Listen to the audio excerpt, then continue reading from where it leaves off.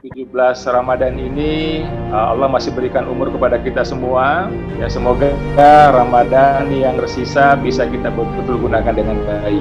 Kemudian jaga kesehatan agar di ujung, di akhir, di sisa-sisa Ramadan ini kita bisa optimalkan.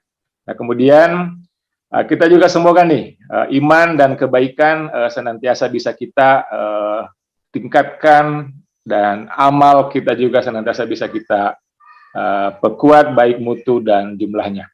Oke, syukur ini sekalian saya mengajak kembali apa makna syukur ini. Ternyata memang kita perlu bersyukur Bapak Ibu sekalian.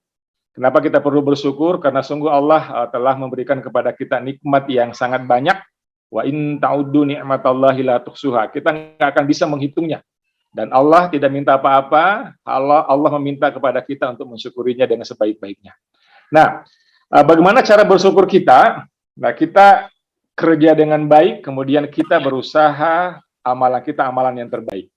Nah, terkait dengan acara ini, saya ingin mengajak ke sini bahwa kita sebagai orang tua, kita sebagai guru, bagaimana cara kita bersyukur? Nah, tentu mendidik anak dengan baik.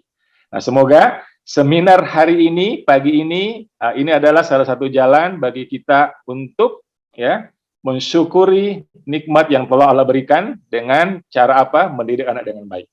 Ya, dalam Al-Quran tentu ada yang hafal ini ya. Wal yashallana law taraku min khalfihim dzurriyyatan di'afan khafu 'alaihim falyattaqullah wal yaqulu lan sajida. Jadi Allah mengingatkan pada kita agar kita meninggalkan anak-anak yang lemah. Ya, kita khawatir terhadap mereka. Nah, ini caranya dengan halo.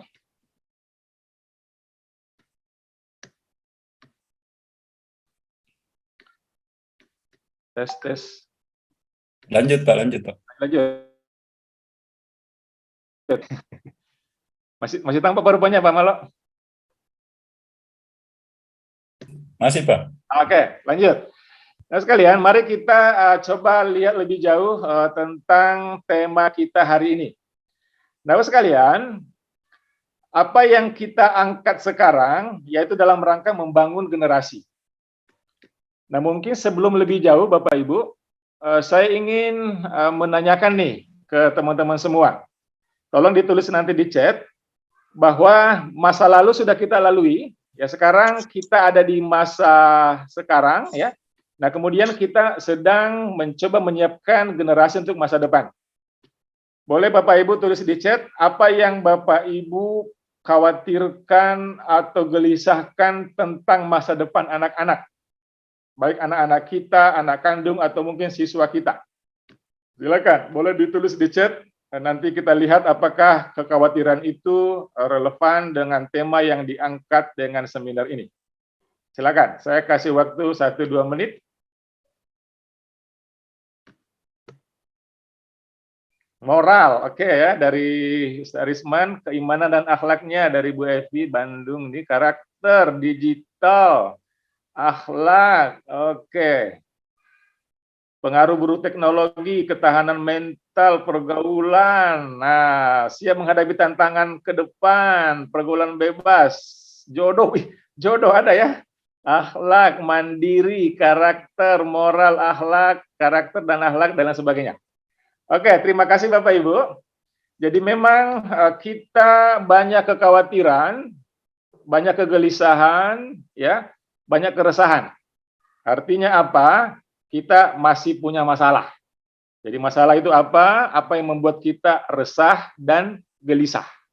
Nah, sekalian, mungkin bisa jadi semua yang digelisahkan itu yang ditulis tidak terjawab tuntas di acara ini. Tapi semoga ada yang bisa dijawab. Ya, semoga ada yang nanti bisa dikaji oleh narasumber kita. Tapi sebelum ke sana, saya ingin memberikan 3 hal, Bapak sekalian. Bahwa dalam rangka membangun generasi ini, nah yang pertama kita butuhkan adalah keyakinan. Ya, keyakinan. Nah, saya ingin menekankan Bapak-Ibu sekalian bahwa kita harus yakin, ya, kita harus yakin bahwa ada Allah yang menciptakan kita, la yukallifullahu nafsan illa wus'aha. Allah tidak membebani seseorang melainkan sesuai dengan kemampuannya. Jadi masa depan yang akan dihadapi anak kita harus yakin dulu. Insya Allah, ya Allah akan memberikan kepada kita kemampuan untuk menghadapi itu. Anak-anak kita juga diberi kemampuan. Ya, tinggal bagaimana kita menyiapkannya. Yang pertama.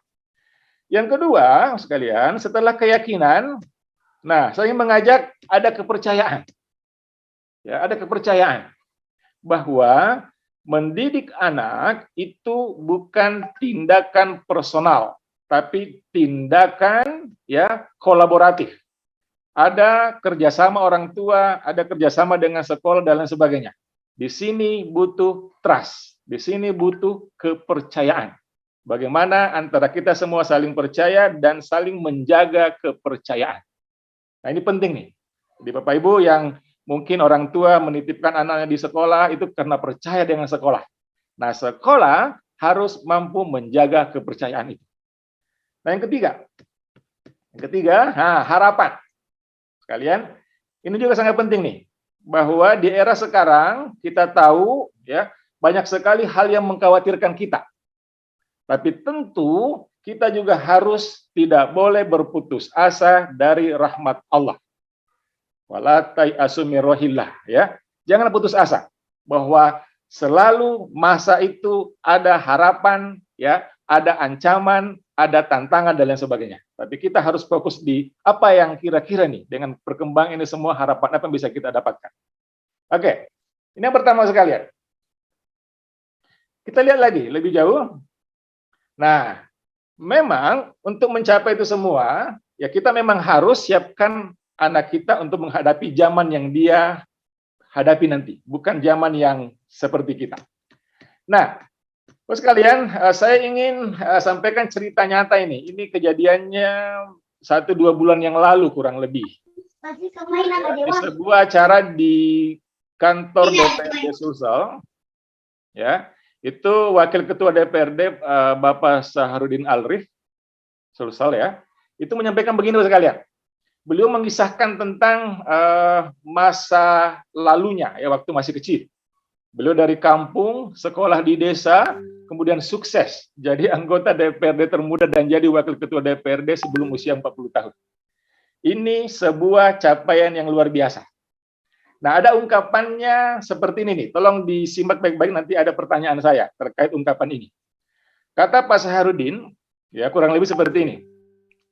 Kalau zaman dulu saya sekolah di kampung, ya, jalan kaki, sekolahnya becek, fasilitasnya terbatas, ya, dan bisa sukses seperti ini.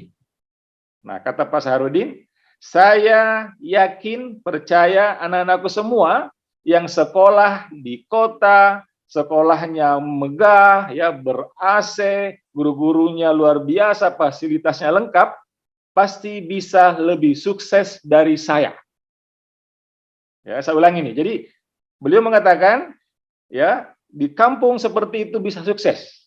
Nah, di kota atau dengan kondisi sekarang teknologi luar biasa dan lain sebagainya, kata beliau, pasti semua Ananda bisa lebih sukses dari saya. Pertanyaan saya, apakah pernyataan itu benar?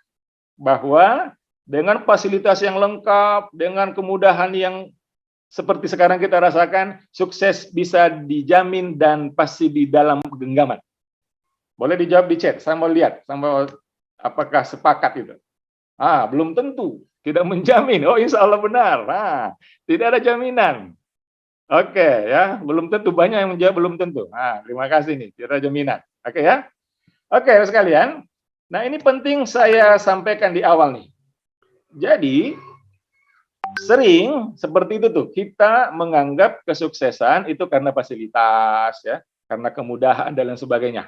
Nah, mari kita lihat dulu. Saya belum jawab dulu itu, tapi saya ingin mengajak dulu teman-teman, ya, mengkaji lebih dalam hal ini. Oke. Nah, sekalian, jadi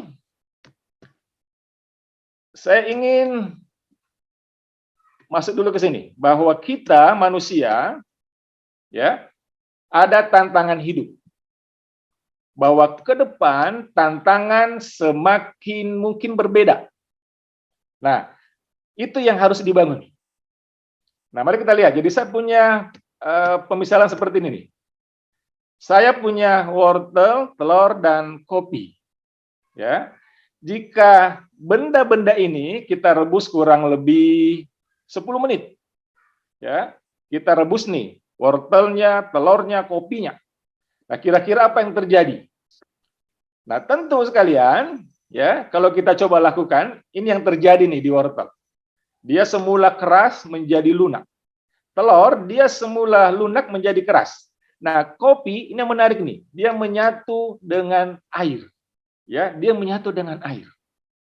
Nah, apa maksud saya sekalian? Ini hanya pemisalan bahwa ya, bahwa ada analogi di sini. Ada air panas, itulah masalah dan tantangan. Nah, ini yang tadi, ini adalah tipe manusia. Ya, saya ulangi. Jadi, masalah tantangan akan pasti dihadapi. Nah, sekarang kita butuh tipe manusia yang seperti apa? Apakah tipe manusia yang ini semula keras jadi lunak, atau yang ini bisa bertahan, atau kita mau yang kopi? Ya, dia bisa menang, dia bisa menghadapi masalah, mewarnai masalah, membuat masalah jadi nikmat. Kopi kalau ya tidak panas pasti nggak enak. Kopi kalau nggak pakai air pasti nggak nyaman minumnya. Oke. Nah, jadi maksud apa saya? Maksud saya apa di sini? Ya, tentu kita ingin nih, bagaimana generasi ke depan kita itu bukan wortel atau minimal telur lah ya, dia bisa bertahan. Tapi kalau bisa kopi, dia bisa mewarnai lingkungannya. Dia bisa mengkondisikan, membuat lingkungannya jadi indah, jadi nikmat. Nah, dari sana sekalian, nah, ini nih yang kita hadapi nih. Jadi ini konsep masih lama ini sebelum COVID ini, ada namanya VUCA. Bahwa ke depan itu ya ibaratnya ombak yang sangat besar. Tapi jangan takut dengan ombak. Kenapa jangan takut? Coba kita lihat ini. Ada orang yang di tengah ombak itu bisa berselancar. Tapi ada juga yang bisa tenggelam. Nah, ini pilihan. Nah, tentu kita ingin yang bisa berselancar di ombak yang besar dan dia bisa menikmatinya, dia bisa menaklukkannya. Jangan yang tenggelam. Nah, inilah yang perlu kita siapkan. Bagaimana menyiapkan anak-anak kita yang betul-betul siap berselancar di kehidupannya di masa yang akan datang. Nah, kita lihat. Ada bagan yang bisa kita jadikan gambaran. Ya. Nah, kita lihat nih. Jadi, untuk ke depan, ya kita memang butuh, nah, generasi masa depan. Ada tingkat kompetensi, ada tingkat tantangan. Bahwa ke depan tantangannya bisa jadi lebih berat. Ya, sehingga butuh tingkat kompetensi yang juga tinggi. Nah, saya mengutip ini pernyataan dari siapa lagi namanya ya? Gus Reza, ya. Gus Reza mengatakan generasi masa depan itu butuh 5. Yang pertama pintar, yang kedua segar, yang ketiga bugar, dan yang keempat tegar, yang kelima adalah benar. Nah, kira-kira nih, kembali ke yang tadi, pernyataannya Pak Wakil Ketua DPRD.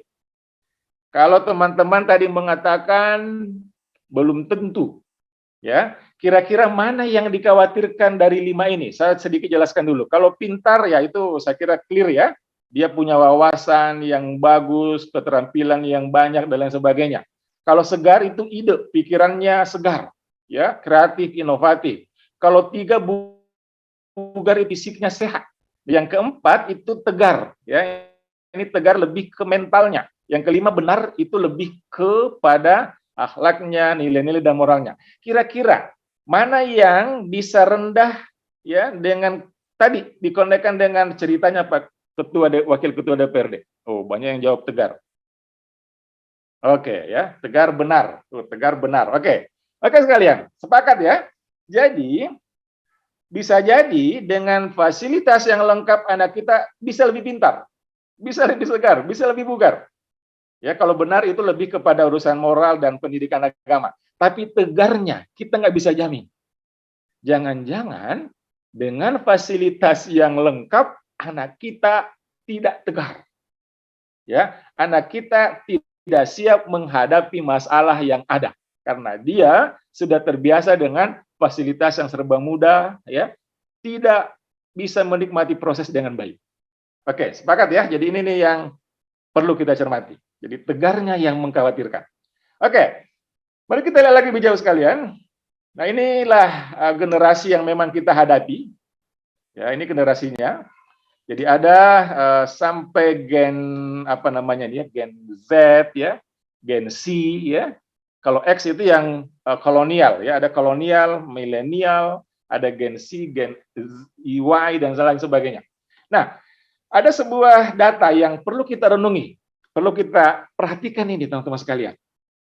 Ini saya ambil dari datanya Abah Pak Rama Royani.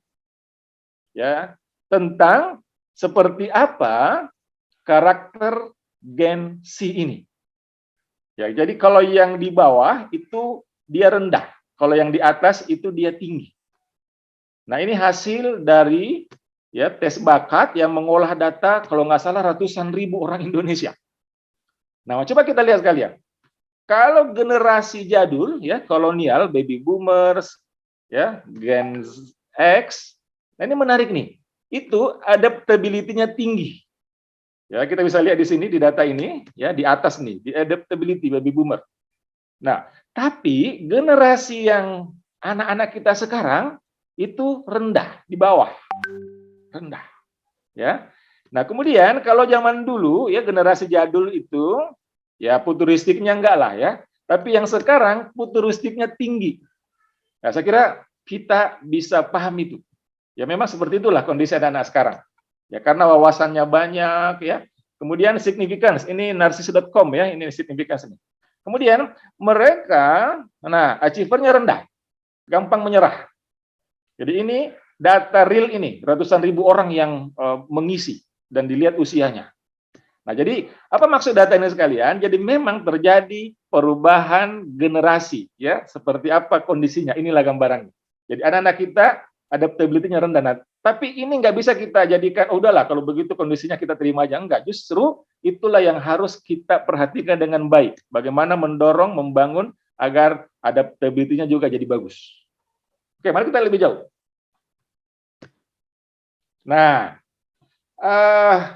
World Economic Forum, ini forum ekonomi dunia, itu tahun ini, ya tahun 2022, tahun lalu, mereka merilis top 10 skills ya untuk 2025. Nah, mari kita lihat sekalian. Nah, di sini ada 4 tipe. Ada problem solving, ada self management, ada working with people, dan ada teknologi use and development. Nah, mari kita lihat. Ya, ini saya kira bisa kita pahami dengan mudah bahwa butuh analytical thinking, active learning, complex problem dan sebagainya. Nah, kaitannya dengan topik kita hari ini, ya itu yang saya kasih kotak merah. Jadi kalau teknologi dan lain sebagainya, insya Allah lah, ya itu bisa kita bangun dengan baik dengan mudah karena memang zamannya. Tapi yang dua bawah, resilience, stress tolerance, and flexibility, itu yang mungkin perlu kita cermati dengan baik. Resilience ini apa ya? Daya tahan, daya lentur. Ya, dia menghadapi masalah, dia bisa beradaptasi, dia menghadapi sesuatu itu nggak cepat menyerah dan lain sebagainya. Itu yang bawah itu. Nah, mari kita lihat lebih jauh sekalian. Ya, dari top 10 ini, ini dia nih. Apa sih gambarannya sekalian? Jadi, ada yang sifatnya mandatory, ini wajib. Wajib Bapak Ibu, namanya juga mandatory. Ya. Nah, ada 2 di situ, self management sama working with people. Tolong kita perhatikan betul ini. Jadi di self management ada 2. Active learning and learning strategies, kemudian resilience, stress tolerance, and flexibility. Ini perlu wajib dimiliki oleh anak-anak kita. Dunia terus berubah, ya. Ilmu terus berkembang, butuh active learning and learning strategies. Kemudian tantangan terus berkembang, butuh yang kedua. Nah, kemudian era ke depan ya, itu bukan era individualistik, tapi era kolaboratif. Makanya butuh yang kedua, working with people. Nah, 2 ini jadi mandatori. Bapak Ibu sekalian. Nah, baru masuk ke problem solving. Kalau saya sih mungkin ya yang tengah ini bukan juga tidak khawatir. Ya, tapi bisalah dengan perkembangan teknologi dan lain sebagainya. Meskipun nih, mungkin kalau yang mengikuti perkembangan artificial intelligence, meskipun mungkin ada tantangan lagi. Sekarang muncul chat GPT dan lain sebagainya yang itu men-shortcut ya, yang itu membuat anak-anak kita mungkin berpikirnya jadi tidak tertantang. Nah, tapi itu tantangan bagi guru, bagaimana membangun yang 4 yang di tengah. Nah, kalau yang ujung itu lebih ke teknologi. Jadi ada mandatory competencies, ada soft competencies, dan ada hard competencies. Tolong betul-betul ini diperhatikan, karena inilah yang diprediksi oleh ahli, ya, bagaimana ke depan anak-anak kita disiapkan menghadapi masa depannya. Nah, hari ini lebih ke yang self-management. Nanti kita lihat seperti apa bahasannya. Oke, lanjut. Nah, sehingga sekalian, dalam bahasa karakter, itu ada istilah smart and good. Nah, kalau mengutip Agim di Darut Tauhid, itu disebut baik dan kuat. Jadi, good itu baik, smart itu kuatnya. Jadi, ada moral karakter, ada performance karakter. Oke ya. Nah, sekalian, apa maksudnya? Jadi tidak cukup kita melahirkan anak-anak yang baik, tapi dia nggak kuat. Jadi, tapi tidak boleh juga kuat tapi tidak baik. Nah, ini kalau disingkat kata Agim generasi baku, ya, baik dan kuat. Nah, dua-duanya nih harus ada nih. Nah, sehingga ya kembali ke yang cerita tadi, ya, yang kiri ini nih, yang perlu kita betul-betul nanti lihat dengan baik, ya, bagaimana adversity quotient itu bisa dikembangkan. Oke, lanjut. Nah, ini hampir bagian terakhir dari slide saya. Saya punya 2 kotak, Bapak Ibu, nanti bisa dijawab dulu, pilih yang mana ya, yang hitam atau yang biru. Boleh tulis di chat. Yang hitam itu kesulitan, masalah, hambatan, orang-orang bermasalah dan ujian. Wah, pilih biru, Bu Rita, Bu Reski pilih biru. Oh, ada yang hitam juga ya, tapi masih banyak yang biru ini.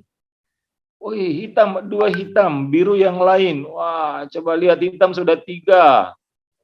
Ya, terus yang biru kekuatan, bijaksana, keberanian, rasa cinta, sabar dan syukur. Biru, hitam. Oh, ini masih menang biru.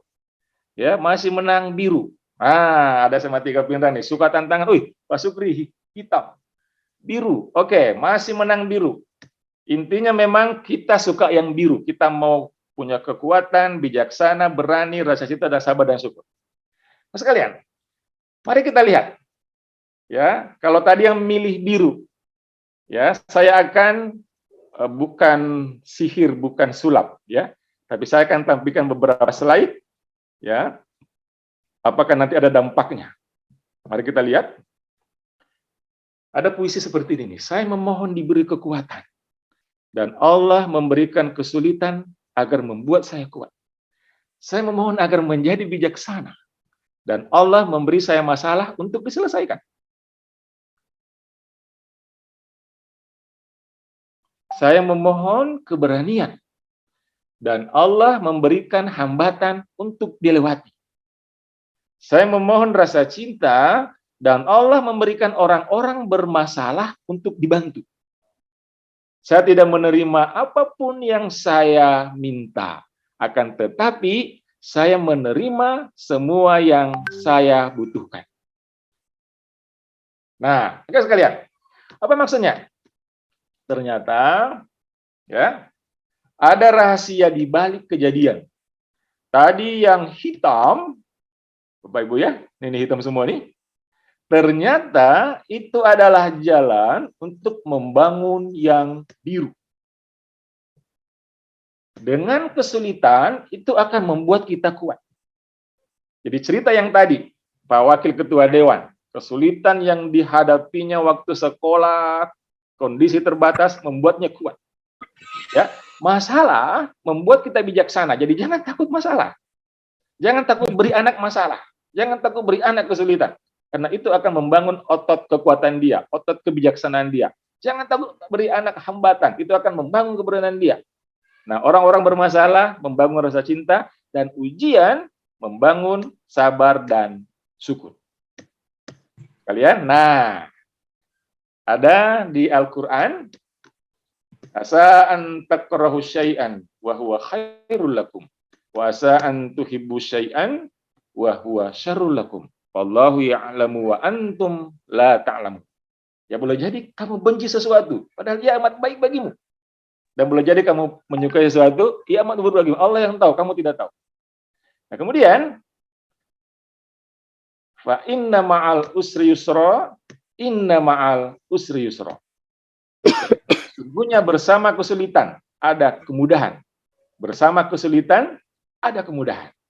Nah, ini juga nih. Jadi, kalau ingin raih kemudahan, lalui dulu kesulitan.